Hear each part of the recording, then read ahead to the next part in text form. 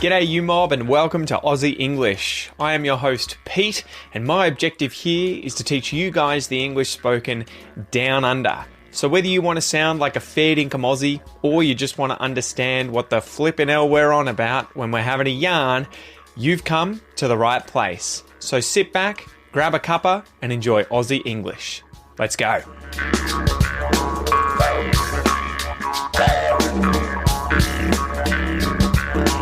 G'day you mob, how's it going? Welcome to this episode of Aussie English, the number one place for anyone and everyone wanting to learn Australian English.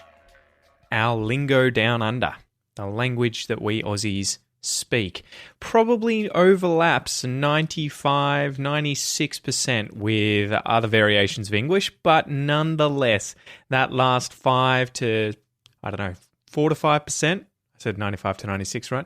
Of the language is unique and it is awesome to learn. So anyway, welcome to this episode, guys. I hope you're going well. I hope you guys are having a ripper of a week. I have been going a little plant crazy. So recently I have developed another interest and this is indoor houseplants. So it'll be interesting to hear how many of you guys are interested in indoor houseplants. I got bitten by the bug, right? So bitten by the bug means that I have been infected with the interest, with the passion for something. Can be anything, right? You can be bitten by the footy bug, you could be bitten by the Aussie English bug, you could be bitten by the science fiction bug. It means that you suddenly really like that thing. So I've been bitten by the indoor plant bug and have been going to Bunnings and other nurseries around the place. A nursery is a place that you can buy young plants, usually in pots, so that you can take them home and plant them obviously in your house or just leave them in the pots, and you can get all sorts of other things, paraphernalia, objects related to gardens, indoor plants, all that sort of stuff. So we went to a nursery as well. There's been a few actually that we've gone to, and it's been a lot of fun. It's been a lot of fun learning about how these plants grow, the conditions they need, how to propagate them, so how to take cuttings or split the bulbs off the plant when you're repotting it so that you can create more plants. Their biology, I think that's kind of helped me nerd out a little bit on plants too. I was never into botany when I was at university studying zoology, animals, the biology of animals, but now all of a sudden, a decade later, I am. So anyway, that's my hobby at the moment. That's what I've been into. So if you guys are avid houseplant, indoor plant collectors, growers, propagators, definitely send me a message on Facebook, send me an email, say g'day, tell me about your plants, what your favorites are, everything like that. I'm still learning about this stuff, so I'd love to chat to you guys if this is your passion too. All right, so don't forget, guys, if you would like to get access to the transcripts for these podcast episodes, be sure to join up for the premium podcast. You can join that at aussieenglish.com.au/podcast. It's a monthly fee or 6 monthly or annual, depending on which membership you grab, and it'll give you access to, what are we up to now? Almost 1,200 podcast episodes, member-only episodes, the video lessons that come with some of these episodes as well. You'll be able to read the transcripts. You can use the premium podcast player to read and listen at the same time. So this membership's really good if you are just wanting to read and listen to the content from Aussie English so that you can learn new vocab, learn new expressions. You can print out the PDFs. You can read them without the audio, if that's what you desire. So that's what that's all for. Go to aussieenglish.com.au/podcast and check it out. Let's get into today's Q&A. So this one comes from Daniel. Thank you so much, Daniel, for the question. Remember, guys, each Monday on Instagram, I put out a story asking you guys to ask me anything. And occasionally, in each of these expression episodes, I pick one of these questions and try and answer it for you guys. So big shout out to Daniel, who asked, is it correct to say nobody changes nobody? So nobody changes nobody. The answer to this is yes and no. I think that the average English speaker from probably anywhere in the world is going to tell you it's incorrect because you're using a double negative. Nobody changes nobody. Whereas the most common way that we would use this phrase or the grammar for this phrase would be a negative and then positive, right? A non-negative. So you would say nobody changes anybody or anyone. Nobody changes nobody is a double negative. Nobody changes anybody is the first one's a negative, the next one's not. So we tend to prefer that in English. However, that's standard English, and there are many different dialects of English. One dialect where this is common is African American vernacular English. So this is the variation or dialect of English that many African Americans use in day-to-day language, and they will use double negatives all the time. So they'll say things like nobody changes nobody. They'll say words like I didn't do nothing, he ain't going nowhere, she can't see no one. So you'll often hear double negatives in different dialects of English, and you may even hear it in Australian English from time to time. So it can occur. But be aware that in standard English, the preference is to not use double negatives. Okay, so hopefully that answers your question, Daniel. Good on you guys. And if you guys hear double negatives from time to time, definitely, again, send me a message, leave a comment under this episode, and let me know where, when you heard these and the example that you heard. Did you think it was weird? Is it natural? And in your language, do you use them? Because I know that in Portuguese, my wife's native language, from Brazil at least, I assume it's the same in Portugal, but at least in Brazil, they use double negatives all the time. Like you could say, eu não vi nada, right? I didn't see anything, but it would be, I didn't see nothing, right? And so in English, it sounds weird. In Portuguese, it's fine. So go figure. Anyway, slap the bird, guys. Let's get into today's joke.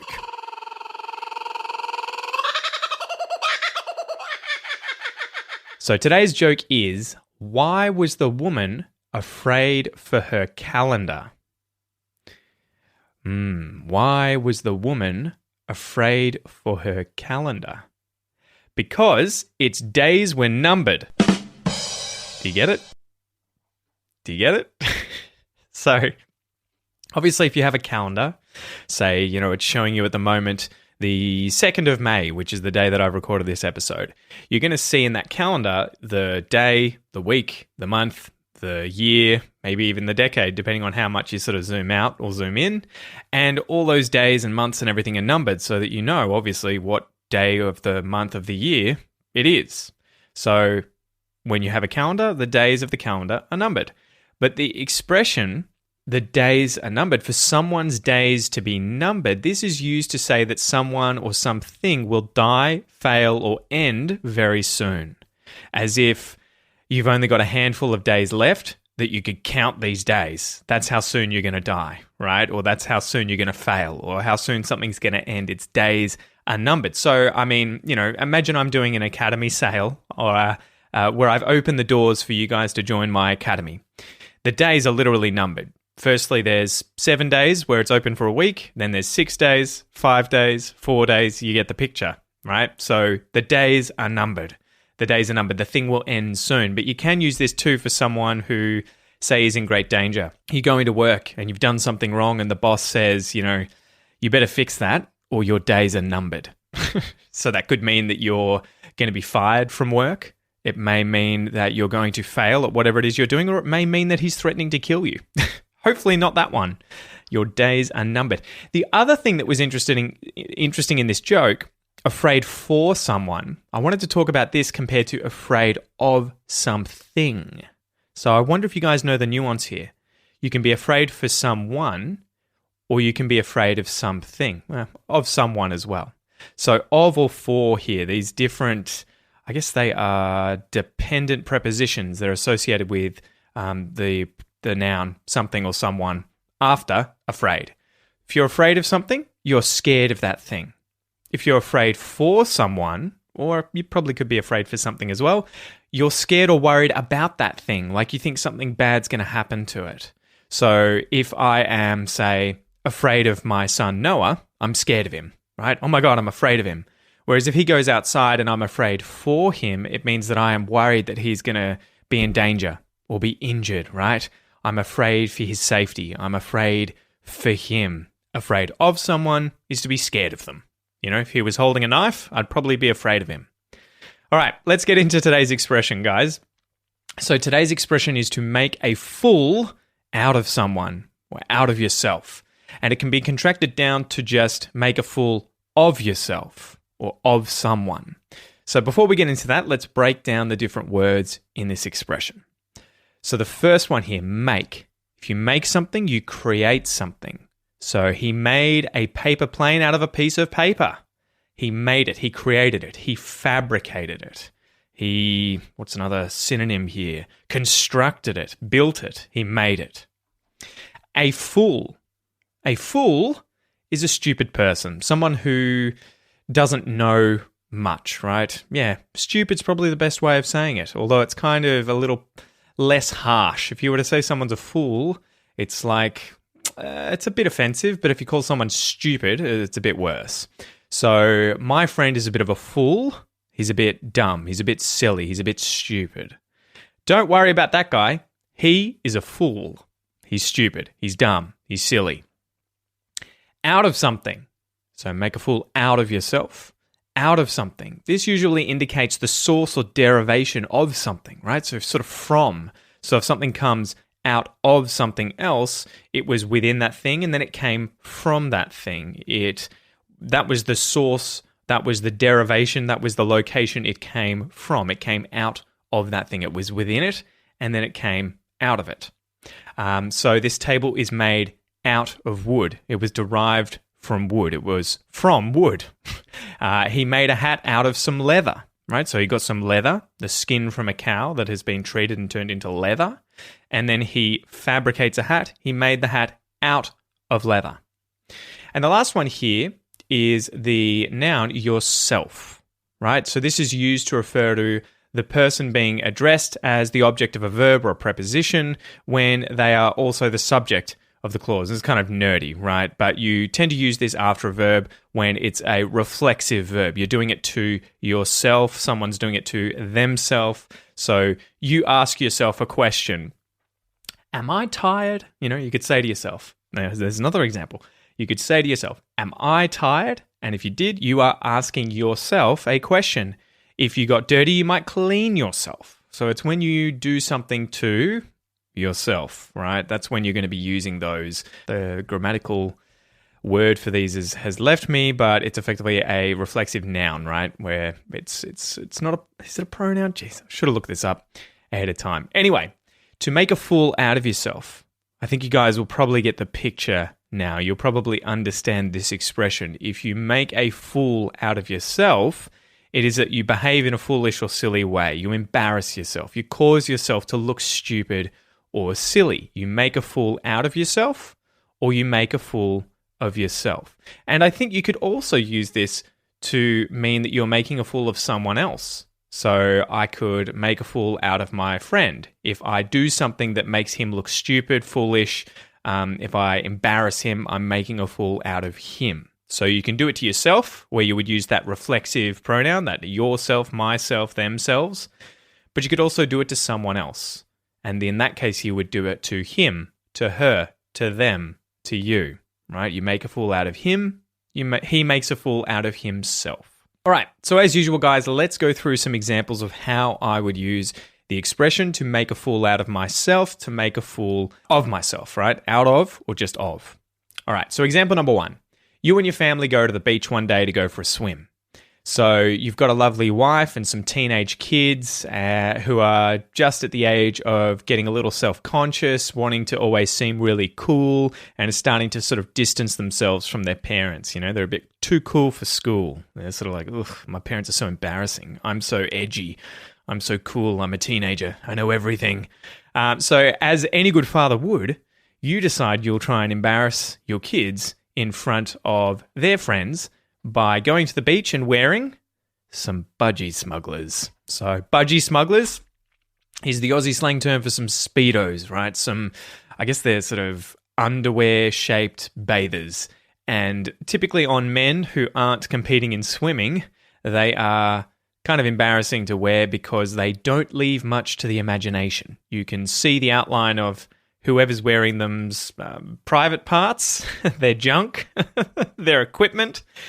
So they tend to be a little bit embarrassing. So if you chuck the budgie smugglers on one day and you're wearing a towel around them, walking down the beach with your kids, they don't know you've got the budgie smugglers on. their friends show up and all of a sudden you just whip the towel off, they might say, Dad, put the towel on, cover it up. Jesus, you're making a fool of yourself. You're making a fool out of yourself. Jeez, that's embarrassing. And you might say, you might retort, as the dad, you might say, well, actually, I'm trying to make a fool out of you guys. All right, example number 2. You go out one night drinking with your mates and you get smashed, right? You get plastered, you get wasted. You drink way too much. You have way too many beers, way too much to drink, and you end up acting like an idiot.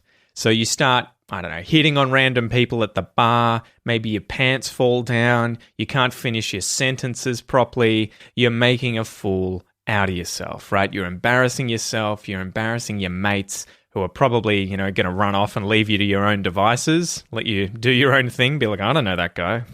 Screw that guy, that weirdo. You're making a fool out of yourself. And if they're really embarrassed, you're making a fool out of them too. Last example. Imagine you're the best man at a wedding one day.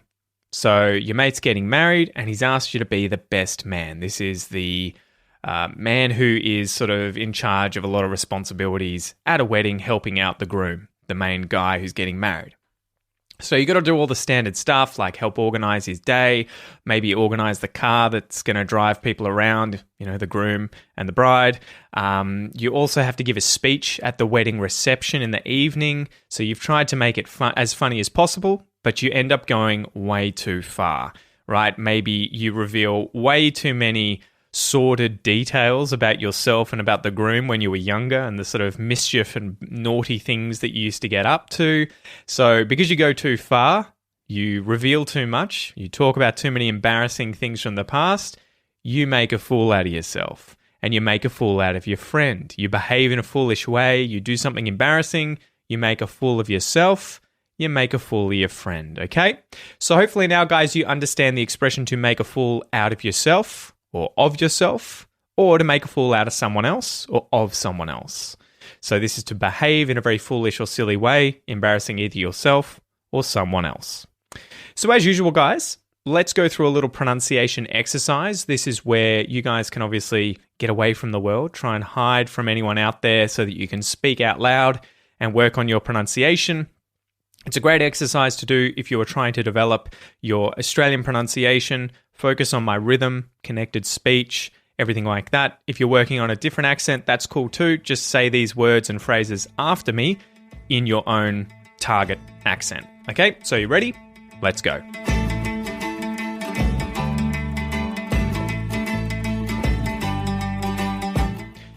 Two. To make. To make a. To make a fool. To make a fool out. To make a fool out of. To make a fool out of yourself. To make a fool out of yourself. To make a fool out of yourself. To make a fool out of yourself.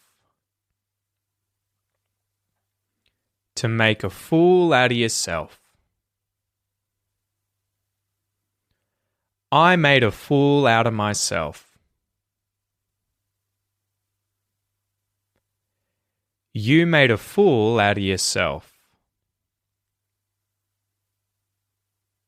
He made a fool out of himself. She made a fool out of herself. We made fools out of ourselves. They made fools out of themselves. It made a fool out of itself. Great job, guys. So there's some interesting stuff happening here. Firstly, in terms of the grammar and the conjugation of the phrases, you'll notice that when we use the plural nouns like we and they, you can say fools instead of a fool, right? We made fools out of ourselves. They made fools out of themselves. The other thing, so once we now get into pronunciation, intonation, and stress and linking, there's a few linkages that are being made. So to make, you'll link the k sound at the end of the word make and together, make a fool, out of, we'll link that to fool. So you'll say fool out of, out of, the T at the end of out becomes a T flap because there are two vowel sounds either side of it. So instead of saying out of, you'll say outer, or out of. If you pronounce the V sound in the word of, which ends with an F, which is what I was thinking of, it's kind of confusing, isn't it? The word of, O-F, has an F at the end, but it's pronounced as a V. What's up with that? If you pronounce that V sound, you can do that. You could say out of myself. I made a fool out of myself. But because there's so many consonants there with v, myself, you can just get rid of the v sound and say outer instead of out of myself. So you'll hear, I made a fool out of myself. Outer myself. We'll do this when the next word after outer starts with a consonant sound. Out of myself, out of yourself. And then if it starts with a vowel sound, we'll often use the V sound to link to the vowel sound. So in the case of we made fools out of ourselves, we now insert that V sound. We made fools out of ourselves. Cool, huh? So this is some of the interesting linking that happens in Australian English. And the last thing I want to mention here is, did you notice H deletion? So you could say, he made a fool out of himself, and you could say the V sound in the word of. He made a fool out of himself. She made a fool out of herself. But quite often when a word starts with H, we remove the H and we just link to the previous consonant sound. Okay, so instead, you'll hear, he made a fool out of himself. He made a fool out of himself. Vimself. She made a fool out of herself. She made a fool out of herself, right? So H deletion is what's happening there. Remember, guys, if you want to learn more about Australian pronunciation, you want to develop your own pronunciation like an Aussie, check out my Australian pronunciation course. It'll take you through how to use the International Phonetic Alphabet so you can level up your pronunciation by yourself. You'll be able to then go through all the different lessons, teaching you all the different sounds in Australian English, the 20 vowel sounds, the 24 or so consonant sounds, and then there are 25 advanced lessons in there covering things like linking, the Australian R sound, the dark L. It's a really good course. Go check it out. It is my most popular course. It's at aussieenglish.com.au/APC, or just type in Australian Pronunciation Course, Aussie English, and it should come up.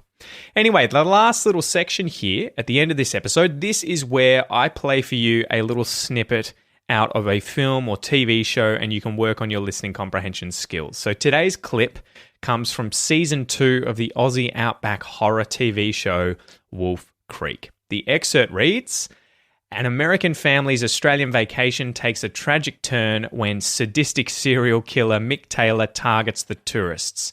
College student Eve is the lone survivor after Taylor attacks the family in the Outback. Determined to avenge the deaths of her parents and younger brother, Eve sets out to hunt down their killer. So it's a really, really interesting show if you like sort of Australian horror films. Obviously, it's not for the faint of heart. So if you're not into gory, bloody horror films and TV shows, then don't check it out. Anyway, the rules of the game. I'm going to play this clip for you 2 times, and your goal is to listen and then write down what you hear being said. It's a great way to train your listening comprehension. And remember, you can always check the answer if you download the free worksheet with today's episode, which you can find on the website for this episode. Or if you have the premium podcast membership, it'll be in the transcript for this episode because, as always, for these expression episodes, the entire thing is transcribed. You can read every single word that I'm saying. Okay, so are you ready to go? Here's the first playthrough. I don't watch them crime shows. Too violent, mate. I like the funny stuff, you know. All right, good work. How did you go? Did you get all of it? Time for the second playthrough. I don't watch them crime shows. Too violent, mate. I like the funny stuff, you know. All right, That's it from me today, guys. I hope you enjoyed this episode. Thank you so much for joining me. Don't forget, if you want to read whilst you listen to these episodes, take notes, highlight new words and expressions, and just get more out of them as a whole and level up your English faster, check out the Premium Podcast membership at aussieenglish.com.au/podcast.